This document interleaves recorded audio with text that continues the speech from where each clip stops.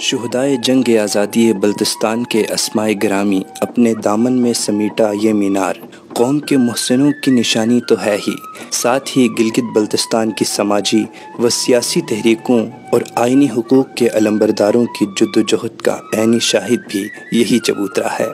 جی ہاں، یہ یادگار شہداء اسکردو ہے جو شہر کے قلب میں پورے جاہ و جلال کے ساتھ قائم ہے۔ یہی اسکردو کی پہچان ہے اور مرکز نگاہ بھی۔ اس یادگار کو بلتستان کے پولیٹیکل ایجنٹ بنات گل آفریدی نے 1948 کے شہدائے جنگ آزادی بلتستان کی یاد میں تعمیر کرایا تھا۔ بنات گل آفریدی ایک فرض شناس افسر تھے۔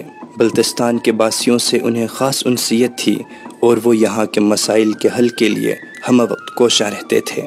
1964 میں بنات گل آفریدی جب دوسری بار بلتستان کے انتظامی سربراہ متعین ہوئے تو انہوں نے علاقے کی ترقی کے لیے جو انقلابی اقدامات اٹھائے وہ قابل تحسین ہیں۔ ان کے ترقیاتی منصوبوں میں نیا بازار اسکردو کی تعمیر اور یادگار شہداء کا قیام نمایاں ہے۔ اسکردو کا پرانا بازار جو ڈوگرا دور میں بنا تھا، اس کی جگہ انہوں نے جدید دور کے تقاضوں کے مطابق ایک نئے بازار کے قیام کا فیصلہ کیا، جس میں بڑے شہروں کی طرح دکانیں، ہوٹلز، لائبریری، ڈسپنسری اور PIA آفس سمیت دیگر دفاتر بھی موجود ہوں۔ انہوں نے اس بازار کے عین وسط میں بلتستان کے ان شہداء کی یادگار بنانے کا فیصلہ کیا جنہوں نے جنگ آزادی میں ڈوگروں کے تسلط سے اپنے وطن کو آزاد کرانے میں جانوں کا نذرانہ پیش کیا تھا۔ نیا بازار اور یادگار کی تعمیر کا فریضہ انہوں نے بلتستان کی 3 اہم شخصیات وزیر فرمان علی، H غلام اور غلام نبی کو سونپا، جس کا تذکرہ بنات گل آفریدی نے اپنی کتاب بلتستان ان ہسٹری میں بھی کیا ہے۔ ان کے مطابق یادگار شہداء کی تعمیر ان کی ایک اہم خواہش تھی۔ سابق وفاقی جوائنٹ سیکرٹری وزیر فرمان علی، جو ان دنوں اسکردو کے انتظامی افسر تھے، اپنی کتاب from donkey ride to flight in orient airliner میں لکھا ہے: بنات گل آفریدی جنگ آزادی میں بلتستان کے عوام کی خدمات کے قدردان تھے۔ انہوں نے 1948 کے تمام شہداء کے نام سامنے لانے کے لیے بلتستان کے گاؤں کی اہم شخصیات سے استفادہ کیا اور بڑی محنت سے شہداء کی فہرست مرتب کرنے میں کامیاب ہوئے۔ یوں سنگ مرمر پر شہداء کے نام کندہ کر کے یادگار پر نصب کر دیا۔ نامور سماجی شخصیت حاجی محمد رضا المعروف بابو رضا کہتے ہیں: یادگار شہداء تعمیر کرنے کی تجویز بنات گل آفریدی کو سلطان مہدی قمرا نے دی تھی۔ سلطان مہدی شملہ میں قائد اعظم نیشنل گارڈز کے کمانڈر تھے۔ انہوں نے یادگار کی تعمیر کے حوالے سے ایک درخواست بنات گل آفریدی کو پیش کی تھی اور مبلغ 500 روپے بھی بطور تعاون پیش کیے تھے۔ یادگار شہداء کی تعمیر کے حوالے سے بلتستان کی نامور علمی و ادبی شخصیات غلام عباس سدے اور حاجی غلام محمد نادم کہتے ہیں: یادگار شہداء کی تعمیر پر لگ بھگ 20,000 روپے کے اخراجات آئے۔ یہ اس دور کے حساب سے ایک بڑی رقم تھی۔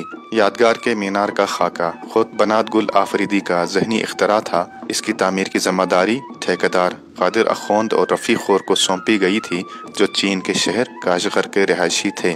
یہ دونوں تجارت کی غرض سے اسکردو آ کر یہیں بس گئے تھے۔ انہوں نے کئی برسوں کی پیشہ ورانہ محنت سے اس یادگار کو تعمیر کیا۔ یادگار میں 2 خاص قسم کے پتھر استعمال ہوئے، ایک سفید پتھر جو کھرپچوں کی چٹان سے نکالا گیا تھا، جبکہ ہرے نما رنگ کا پتھر اسکردو کے نواحی گاؤں قمرا سے لایا گیا تھا۔ ان پتھروں کو بغیر مشینری کے اسکردو اور ہنزا کے ماہر سنگ تراشوں نے مخصوص انداز میں تراشا تھا۔ مقپون خاندان کی بزرگ شخصیت کاچو مہدی علی خان نے اسکردو کے کئی تاریخی و تہذیبی ورثوں کو وجود میں آتے ہوئے دیکھا ہے۔ وہ یادگار شہداء سے متعلق اپنی یادداشتوں کا در کچھ اس طرح وا کرتے ہیں: بنات گل آفریدی کی ذاتی کوششوں سے اس مینار کی تعمیر 1969 میں مکمل ہوئی، تاہم اس کے نقاب کشائی کا اعزاز نئے تعینات ہونے والے پولیٹیکل ایجنٹ ممتاز خان وزیر کے حصے میں آیا۔ ممتاز خان وزیر نے 30 جولائی 1970 کو یادگار شہداء بلتستان کی رسم نقاب کشائی اپنے ہاتھوں سے انجام دی۔ دوسری جانب بنات گل آفریدی نے اپنی کتاب میں یادگار شہداء کی نقاب کشائی اپنے حصے میں نہ آنے پر اظہار افسوس کیا ہے۔ نامور محقق سید محمد عباس کاظمی اور گلگت بلتستان کے سابق سیکرٹری تعلیم و صحت خواجہ مہرداد یوسف کہتے ہیں، اسکردو میں یادگار شہداء کی تعمیر سے شہر کی رونق دوبالا ہو گئی۔ لوگ بڑی چاہ کے ساتھ اسے دیکھنے آتے تھے اور جنگ آزادی کے شہداء کے نام پہ فاتحہ خوانی کرتے تھے۔ یادگار شہداء اپنی تعمیر کے فوراً بعد ہی عوامی تحریکوں کا مرکز بن گئی۔ بالفاظ دیگر یہ یادگار عوامی اسمبلی کی سی حیثیت اختیار کر گئی۔